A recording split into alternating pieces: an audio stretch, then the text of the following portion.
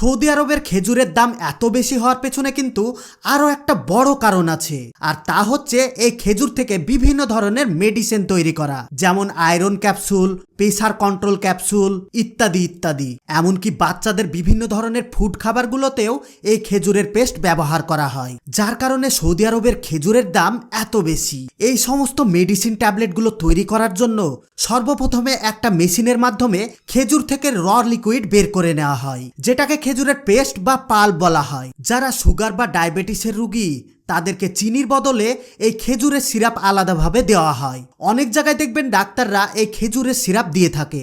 আমরা কিন্তু জানি না যে এটা খেজুরের সিরাপ, কিন্তু এটা খেজুর থেকেই তৈরি করা হয়। আর বাকি যে পেস্ট বেঁচে থাকে সে পেস্ট থেকে আলাদা আলাদা কম্পাউন্ডে আলাদা আলাদা মেশিন থেকে বের করে নেওয়া হয়। এবার এই সমস্ত খেজুরের কম্পাউন্ডের সঙ্গে আরো বিভিন্ন মেডিসিন তৈরি করা ইনগ্রিডিয়েন্ট অ্যাড করা হয়, তারপর ক্যাপসুল তৈরি হয়ে যায়।